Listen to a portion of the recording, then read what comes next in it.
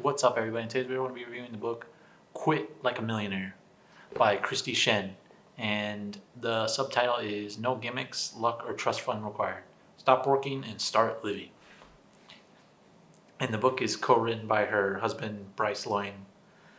And they are the founders of Millennial Revolution, which I'm not sure why it's called Millennial Revolution, since the book is about financial independence and the retire early movement. And I read this book as part of, I just got a bunch of books from the library on the financial independence movement. And luckily I read this last because the first two were not that good. And this ended up being really good. So it ended up cleansing my palate from the other two. And the other two were Retire Early with Real Estate, and you can check that video review out. And the other one is Work Optional. And those were like okay. No, the Retire Early one wasn't good. Retire Early with Real Estate wasn't good. The Work Optional one was okay. But if you had to choose any out of those three, it's definitely this one. This one has way more information and is way more useful. And I've just recently been interested in the financial independence movement. I haven't just gotten into it, but I just wanted to go back and research it again because it's been a couple years since I first found out about this movement, and I wanted to see if there's any more information out there. And this book has tons more information. And I think even if you aren't thinking about retiring early, you should read these books. The books are just tell you how to set your life up so you can succeed. Even if you don't want to retire early, why not have the option there in case you do? Like, I wish I followed some of this advice when I first started my career so that I could retire early right now. And if I had implemented some of these strategies, I definitely could have. That's something that Christy Shen talks about too, because she started her path before the financial crisis. And so that's where she gained a lot of her wealth from, even though she doesn't talk about it, is the upswing in the market since then. No doubt allowed her to retire early. And it says quit like a millionaire because her and her husband eventually became millionaires. But she makes it seem like it was only her in the beginning, but as you find out in the book, a lot of their success came from her husband. Not monetary, I think it's probably like half and half, but the ability to stick with it in the planning has to do a lot with her husband. And she's a millionaire with her husband, not by herself. So that's something else too. But the book I recommend it overall, and I think everybody should go get it. No matter if you're trying to retire early, whatever, it just tells you how to get your finances optimized. And I think it's even better than Tony Robbins' book, When You Master the Game, where he interviews like the best financial people in the world, but he does it in a very convoluted and confusing, and it's a big book.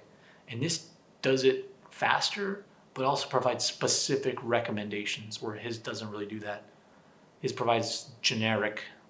He provides like Vanguard funds and stuff, but she provides specific funds and why they're good. So I'll give a quick summary, or not quick, but I'll give a summary of the book. The book starts out with her talking about the scarcity mindset, which as soon as I started reading that, I was like, oh no, here we go, another bad book about the FIRE movement. Because I don't really believe in the scarcity mindset. And even after this book, I still don't believe in it. Because she's talking about how she grew up in China and their family was poor. And because they were so poor, she learned to be tough and live with nothing. And because she learned to live with nothing, she was able to save all this money and become financially independent. But then she continues to go through the book, and that's not true at all. Number one, she says how she became addicted to shopping and shopping for purses and spent too much. And then her and her husband realized it was time to change the way that they spent. And it was really a lot of her husband that helped her to change back to not spending. But she starts out like, Americans are weak and Chinese are tough. And because of my tough Chinese background, I'm able to save, and I'm teaching you guys how to be tough like Chinese people. But then she changes the narrative to she's not really that tough, and it was her husband that helped her. She could have saved more in the beginning than she really did. So it's confusing. And then another thing is she ends the book on there's different types of people. And this really stood out to me. She's like, there's people that save. There's people that make income really well. Think of like Elon Musk. And then there's people that invest really well. And you can obtain financial independence in any one of those ways. So you don't have to have a scarcity mindset as long as you can generate a lot of income, or you're really good at investing. So the whole beginning part of the book isn't really necessary, but I think she does it because it's like a story, and people like stories. So she just wanted to have a story at the beginning, but it doesn't fit with the rest of the book. Because if you throw that part out of the book is like 100% amazing. It's just the first part is kind of confusing because she tries to tell you like, save every single penny. But then the rest of the book is just great ideas. The beginning of the book, other than the scarcity mindset part, is really about the basics of the FIRE movement, of like saving money, eliminating expenses. And she's like, the first expenses you should eliminate are like baseline expenses that you don't really need. This is things like bank fees, cable packages, and then you eliminate the next level. They'll hurt, but you can get used to. Those are just other expenses in your life. And then you should look at big expenses like housing and your car. And like, don't have a car if you don't have to, and then also don't buy a house. And I just read that real estate book, so that this part was like, I was like, thank goodness, because I was thinking about buying a house. But she talks about all the expenses that go into a house, and how at the end of your house, like half of your expenses are things you'll never get back. Yes, you might have appreciation, but that appreciation won't necessarily be more than inflation. I think a lot of people get confused by that because housing appreciates, but it appreciates at the rate of inflation. So it's not really that great of an asset class, and it's not liquid. So, and she obviously became a millionaire without investing in real estate and getting expenses tied up in there. So that's something that I really identified with. It's like everybody wants you to buy a house, and you don't necessarily have to, and it's so expensive. And even Ramit Sethi also says the same thing. So if you're not interested in buying a house, then don't buy a house because it's so expensive. And same thing with the car. I don't have a car. It's because I really hate driving, but it's also save a lot of money too. So she starts out the book with that, about the expenses and saving money. But also like, she also talks about debt. And luckily I don't have debt anymore. But if you're in the beginning of your career, you need to read those sections. They'll eliminate all the debt in your life, your student loan debt, your credit card debt, and then you start investing your savings. And all the FIRE books have this, right? They say reduce your expenses, reduce your debt, and then increase your savings, and then once you have savings, invest them. And she does that as well, but her investment part is so good because she provides specific examples of investments. She says mutual funds, which every FIRE book has, but she also says ETFs, because ETFs are like shares of stock that are easily traded, and they also have lower fees, and they have less fees than mutual funds too. So that's something really good that this book has. And she also provides specific funds that she recommends, mutual funds and ETFs. And she also talks about modern portfolio theory, which is really good because she talks about how you need to balance between stocks and bonds, because if a market goes down, those bonds are going to help your portfolio not decrease. And Tony Robbins' book had that as well, but here she provides better, easier to understand examples, at least to me. And then not only the examples, but also the specific funds to buy into, which is really good. And then she also provides the amount of money that you need to retire. It's a common metric in the FIRE movement as well, that you need to have 25 times what your annual expenses are in order to retire. And so she provides the data on that. You're going to have almost a 95% chance of not running out of money if you save 25 times your expenses when you're ready to retire. But then she provides ways to increase that. For example, in the first 5 years of your retirement, there's a certain balance of your portfolio that you can have in order to increase your chances of having enough money to last you throughout your retirement.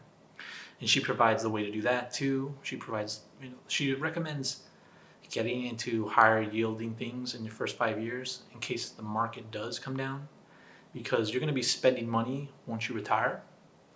And you don't, when you're spending that money, you don't want your portfolio to decrease and just decrease the principal of your portfolio. So she provides specific ways to do that. And then she provides ways to rebalance your portfolio over the course of your retirement, which is really good. Just general investing advice that she has that other books in the FIRE movement do not have and are not as specific. Even blogs, when you go into these blogs, they don't have this much specific advice in them. And then the other thing that's really good about this book is the tax advice. Generally, the tax advice is really good in here because she talks about how to allocate your investments in which portfolios. Because you're going to have your tax deferred plans, like your 401k if you're in the United States. And then you're going to have your regular savings that's not in tax deferred items. And you're going to be throwing off taxable income from that, potentially from like dividends. And so she tells you if you're going to be having dividends, you need to put it in your tax deferred portfolio. And then also when you retire, you want to have all those portfolios in certain categories so that you can optimize them through your retirement. And most of these FIRE people tell you to save as much money as possible. And the best way to do that, in my opinion and through my research, is to maximize your tax deferred accounts. Maximize your 401k every year. And don't worry about getting money out of it before you're 59 and a half, because there's tons of strategies. In this book, she provides those strategies like a Roth conversion ladder, and she provides really good detail on that. And other things like backdoor Roth, she also provides information on that, and she provides really detailed advice. So that's another great thing about this book, is just the tax deferred advice. But just a note on tax deferred stuff. A lot of the tax deferred plans and strategies in here require you to hold stocks long term. So if you plan to trade a bunch, you can't implement a lot of these tax deferred strategies, and it's just the way the tax system works. But I'd also recommend you have to talk to somebody, an accountant or CPA. I'm a CPA, but I'm not a personal tax specialist. You need to talk to somebody like that before you implement a lot of these plans, because you want to make sure you don't mess things up, because a lot of times these things can throw you into higher tax brackets, and you don't want to do that. You don't want to just put yourself in a higher tax bracket because you think you might be saving a little bit more. You want to confirm that. A lot of times you have to play around with numbers to get it right. So make sure you consult somebody before you do a lot of these things. The last part of the book talks about her travels and how she travels the world and still spends less than she used to in a year, just by going to low expense locations like Southeast Asia. So that was really eye-opening, as well as this, you can travel the world and you could save a lot of money. She's done it for 3 years. And she talks about, she provides a lot of advice on people that are going to do it, that are married or have children, and how you can still have those children in school while you're doing that. So she has a lot of advice in here for people through all stages of your retirement, whether you're planning for early retirement, whether you're investing or trying to cut expenses, or whether you're planning on traveling through it. It's like she has advice for like every stage, and it's really specific and a lot of good details. And that's why I recommend picking this book up, because if you're planning on it, you need all this detail to allocate your portfolios, to save money, to just get somebody else's advice and insights into retiring early. And like I said before, she has that part at the end where she talks about, in order to become financially independent, you have to be either really good at saving, which she is, and that's what she's obsessed with. You have to be really good at investing or really good at making income. So if you don't like investing or saving, make sure you're really good at making income, or vice versa. Be good at one of those categories. And she provides examples of each one. Like saving, she provides herself as an example. Investing, people like Warren Buffett, he's really good at investing and picking investments. And then producing income is people like Elon Musk. And she talks about how he turned one income producing thing like PayPal into a bigger one like Tesla. But when he was going through his divorce, he ran out of money because all his cash was tied up in investments. And some of those investments could have gone under, but they ended up producing income. So he's not necessarily good at saving or investing, but he's good at coming up with income producing ideas and income producing businesses. So you have to be good at one of those categories if you want to be financially independent. Not necessarily retire early, but financially independent. You can't be bad at everything. You can't spend all your money, have no investments, and not be good at generating income. But even if you're good at generating income, as I've reviewed other books on here, you have to be able to save that. Otherwise, you're never going to be really wealthy. Or you have to invest it. But investing implies you have to save. So you have to at least be okay at saving in order to be financially independent. Otherwise, you're always going to be living paycheck to paycheck. So in conclusion, if you want to quit like a millionaire, you need to read the book Quit Like a Millionaire, because it has some really great advice in there for anybody trying to be financially independent and retire early. For my other book recommendations on personal finance and the FIRE movement, make sure to subscribe to this channel and also like this video. Thanks for watching.